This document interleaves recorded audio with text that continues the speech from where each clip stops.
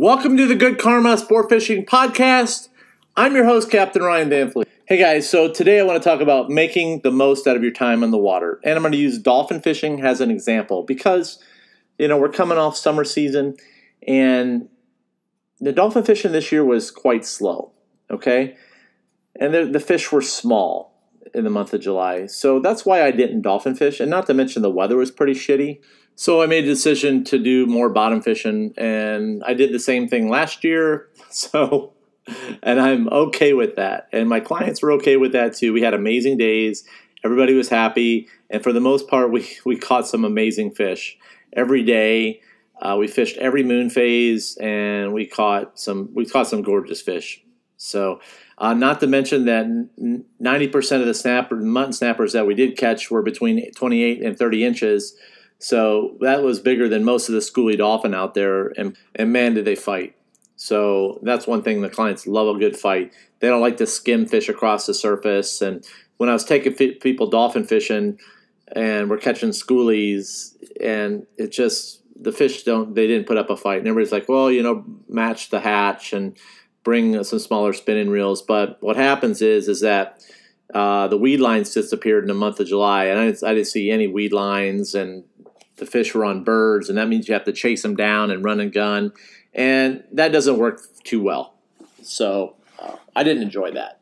I don't enjoy it. So if I don't enjoy something, my clients aren't going to catch fish. That's just how it works. So I just tell clients like it is when it comes to dolphin fishing too. You have to make the most out of their time on the water. And if I've got to travel 20 miles out to where the dolphin are at, we get out there and they have lockjaw and they don't eat anything, and you're kind of screwed. There is no magic with that. So, and a lot of guys are doing it, and then they have to run 20 miles back in and try to catch a mutton snapper or a grouper to try to save the day. So I make my decisions based on historical, what's biting. I get a lot of intel from certain people that I know that are in my circle. So if I have the right intel, I go dolphin fishing. So if I don't have the right intel, I don't go. And if I don't feel confident, I don't go. I go with what my gut tells me to do every day. And also too, I see a lot of, the biggest thing I see with people is that, and I fish with guys that have their own boats, and we get out there and we go dolphin fishing, and they see a bird, like a frigate bird, and these guys go, they lose their mind. I go, well, no wonder why you guys aren't catching anything or being successful on the bottom fishery, because you see a frigate bird when you're in 100 feet of water and you go start chasing it. So, and then you don't realize how much time you've wasted chasing a bird that's probably going to have a bonito underneath it in the middle of July. So you have to use statistics as well. July, 9 times out of 10 with you're inside the reef, it's that frigate bird is going to be on a bonito. If that's what you want to catch, that's great. Not going to happen. A lot of these, it's really bizarre. Or you'll be out there and you'll see, I'll be out there fishing, and guys will see a pack of 3 or 4 birds hitting the water, and they'll start going crazy. Oh, let's go get them. Let's go get them. I go, is that what you guys do on your boat? Is that what you guys do? It's like, yeah. I go, whoa, okay, I'm going to go show you what those fish are. And I get in front of them, boom, they're bonitos. Oh, we just thought they were dolphin. No. You have to learn how to read those birds to know what they're on as well, to make the decisions. Otherwise, you're wasting time, okay? And especially when you're in an area when you know that there's going to be good bottom fishing. And it's like they get torn. They can't, you have to become emotionally strong and confident out there to know that you have to say, let those birds pass by, okay? And if there's dolphin in the area, guys, those fish are going to swim up to your boat, okay? So just honestly, I just tell people you got to tune it down a little bit. You got to get more emotionally strong out there as far as the bird thing, because the birds can drive you crazy, man. I know that because that drove me crazy. When I'd be out there doing some drift fishing or something, I see a bird and immediately I want to go chase it. And that would waste time, and sure as shit, they're like baby dolphin or anything like that. So, but there's certain times a year where you got to know this as from being out there, so you make the most out of your time on the water, when to go. Like coming up here within the next few weeks, we're going to have a really good migration of large blackfin tunas. That's going to happen here within the next probably 3 to 4 weeks, okay? So if you're out there, you're in close, and you see some birds diving, and you see some frigate birds on some bait balls, we're going to see big balls of bait. And I'm starting to see them on my sonar, and that's when you need to go take a look, okay? Usually around this full moon in August is a good time to investigate those birds, okay? Because, you know, those bigger blackfins are going to be in here pretty soon, and there might be a big, like, dolphin in there this time of year because we're having a storm come up and the pressure, like, there's lots of things happening out there in the environment.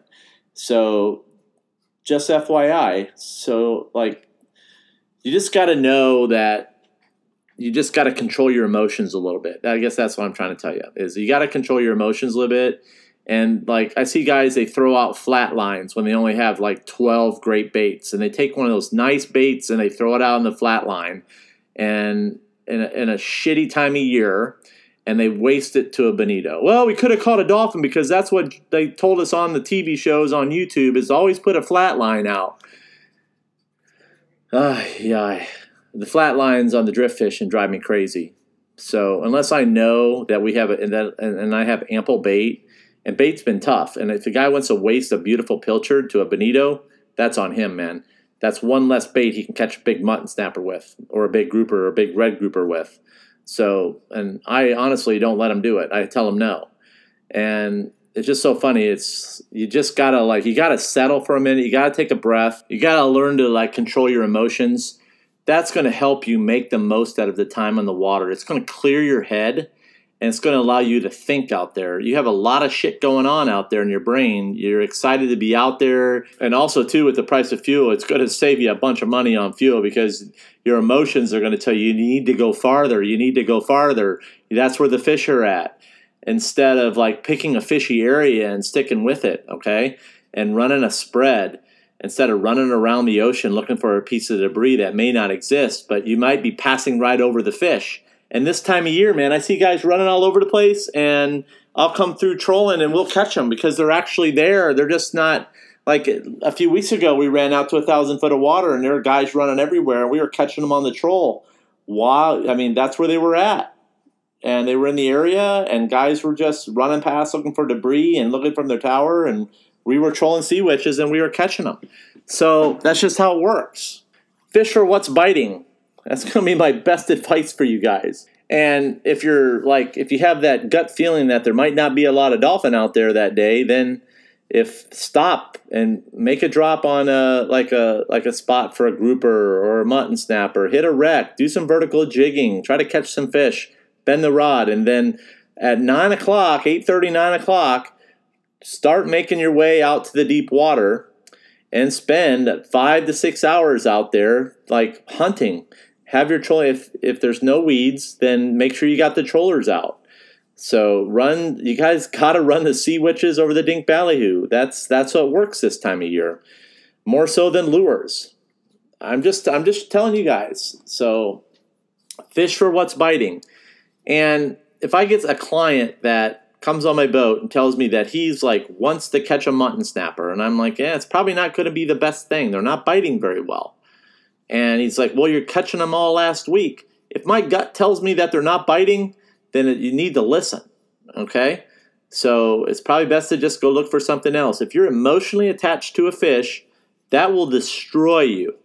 So if you're booking a charter with me, you need to know that I fish for what's biting, okay?